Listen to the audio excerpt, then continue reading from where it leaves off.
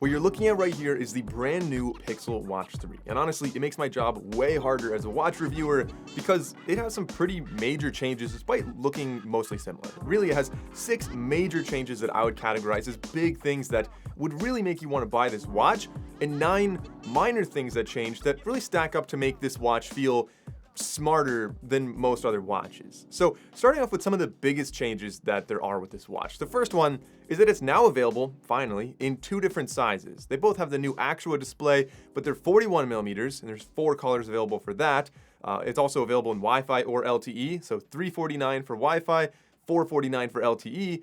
And then there's a 45 millimeter version, has 3 colors available, and that's $399 and $449, depending on if you get Wi-Fi or LTE. So that alone is significant for a lot of people who like the watch, but maybe it wasn't the right size for them before. The second big change, and this one is absolutely huge in my opinion, is that Fitbit Premium's paywall is kind of starting to recede a little bit. I think Google really saw that was a huge negative for a lot of people, myself included, having to pay a monthly subscription just to get data that your watch is already collecting. They're kind of rolling that back a little bit. So you no longer need it for things like your daily readiness score, as well as basically all the new features I'm going to talk about throughout this video. And it's mostly just for like classes and AI workout generation, like things that I think would make sense to be behind the paywall. Like they make sense to pay for special classes and things like that. But everything that the watch is able to collect, from what I can tell, is not behind a Fitbit Premium paywall anymore. I think that's really pretty big. But like I said, they do have some new things like personalized workout routines and suggestions based on AI,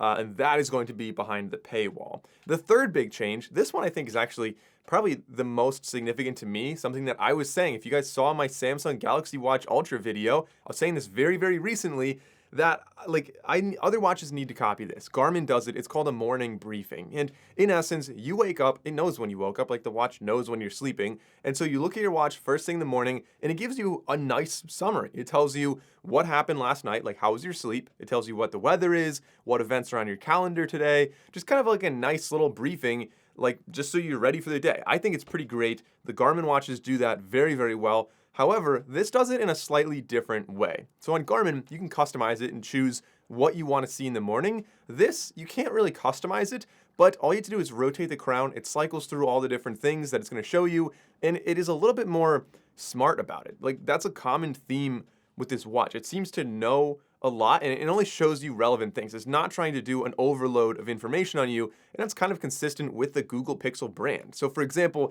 if your heart rate was normal last night, it's not going to show you your heart rate on the morning briefing. You can go check that out if you want, but it's going to show you things that were not right. So if you had a night out with your friends and you didn't sleep well and your HRV, your heart rate variability, was bad, it's going to show you that in the morning. So you know, all right, that's what happened. That's why I'm tired today. It's because my HRV was bad because you went out drinking last night. Now, the next one, I think we're on the 4th one right here. This is a sleeper. You're not going to see this on headlines. I bet nobody else is going to talk about it, but like, hear me out. I know this is a significant feature that other watches are going to copy in the next couple of years, and it is going to be a huge feature on smartwatches in the future. Right now, basically no other watches do this. The Apple Watch Ultra does have it, but they don't really do much with it, and that is ultra wideband. So this watch has ultra wideband on there, which is a protocol for short range communication, and this is really going to be used at launch for unlocking. So some BMW vehicles have this feature. Your phone, if you have a Pixel phone, is going to have this, essentially allowing you to pick up your phone. It unlocks just because it's in that proximity to your watch. Now, I saw that and I was like, all right, guys, that sounds great, but what if I'm sitting next to somebody, I take their phone, they're right there with their watch, can I just like open it up? And they said what happens is you'll get a notification on your watch and it says your phone's been unlocked, and you can relock it from your watch. So if that ever does happen, you know, if someone like pickpockets you and just unlocks your phone before they're too far away, you don't have to worry about it. You are able to lock that. But yeah, that's the ultra wideband feature right now. Not a whole lot of functionality, but having that technology on the watch, like I said, I think it's going to be great for, like, I'm picturing like your smart lock on your home. You just walk up, open the door, and because you're within like 4 inches, like it's on your wrist, it should unlock the door. Like different things like that, I think could be absolutely huge with this, as well as, who knows, maybe like finding earbuds and stuff like that in the future.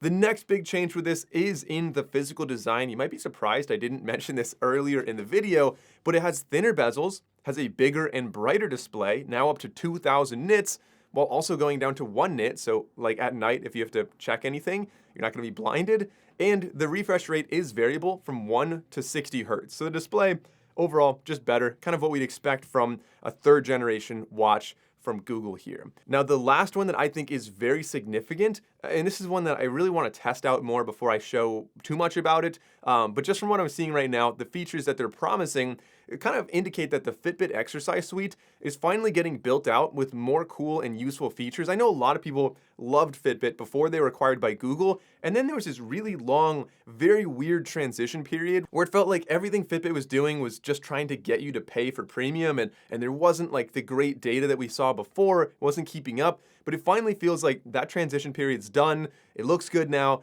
and there's a lot of genuinely useful features in there that I think make this a viable option for anyone training for like a 5K or a half marathon or something like that. Like, for example, you can now plan workouts and segments that is not behind the paywall. The AI generation is behind the paywall, but you can plan your own workouts based on your heart rate, based on your pace, based on time. And you could say like, all right, I am going to run in zone 2 for 30 minutes or for 5 minutes rather, and then 1 minute of walking or 1 minute in zone 3 or whatever. And you can construct this entire workout one thing at a time very quickly and easily as well. And then when you're running, it's going to show you where you are in your interval. It's going to show you how much time is left and if you are like at the optimal heart rate or the optimal pace, for example. So I think that's useful. There's also form analysis specifically for running. Samsung does this already, but they'll tell you like your ground contact time, your leg spring stiffness, different things that make sense for when you're running. So you can say, all right, my running form is not super optimized, and like mine totally is not. But it kind of gives you an idea of what to work on to make your run more efficient, to prevent injuries for one, which is huge, and potentially be better at running further and faster.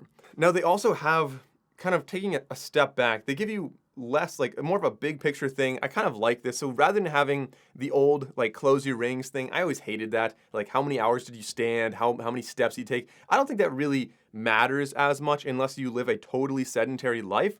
I think this makes a lot more sense, kind of taking some notes from Whoop and Aura and like Ultra Human, where now they have essentially 2 scores and one little kind of what you're supposed to do today thing. So they have your readiness score. That's based on essentially how well did you sleep, how well did you recover, and stuff like that. It's similar to the body battery from Garmin. And again, no premium subscription required for this.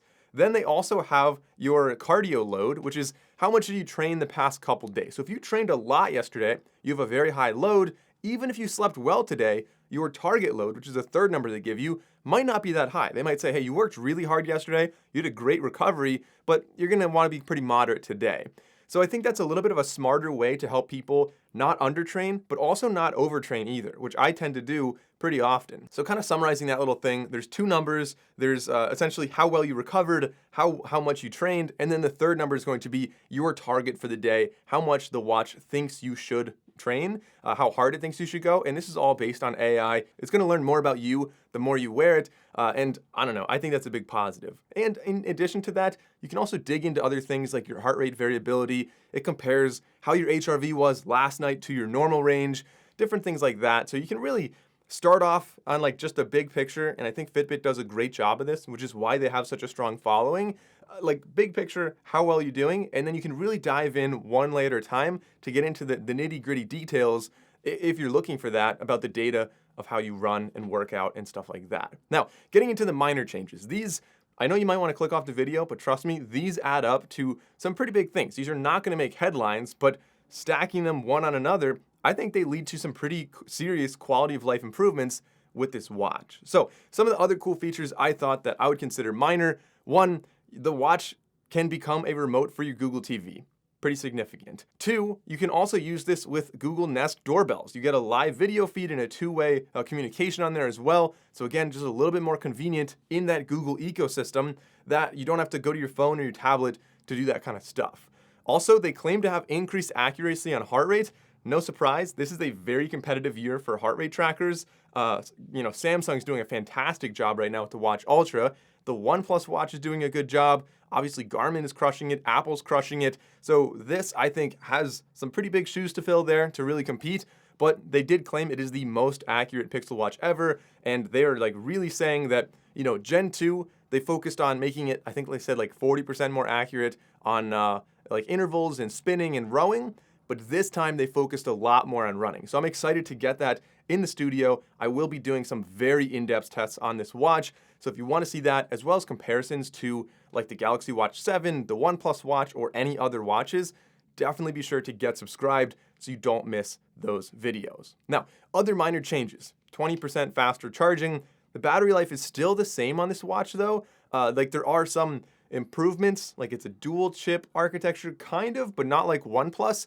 So you still have a 24-hour battery life. That's their claim in normal use, which is nice. It's better than Apple's 18, but really not by much. And if you go into a battery saving mode, you get 36 hours. So you're looking at like a day and a half there. The Pixel Watch 3 also claims to have better connected fitness, pairing with devices like a Peloton or other compatible gym equipment.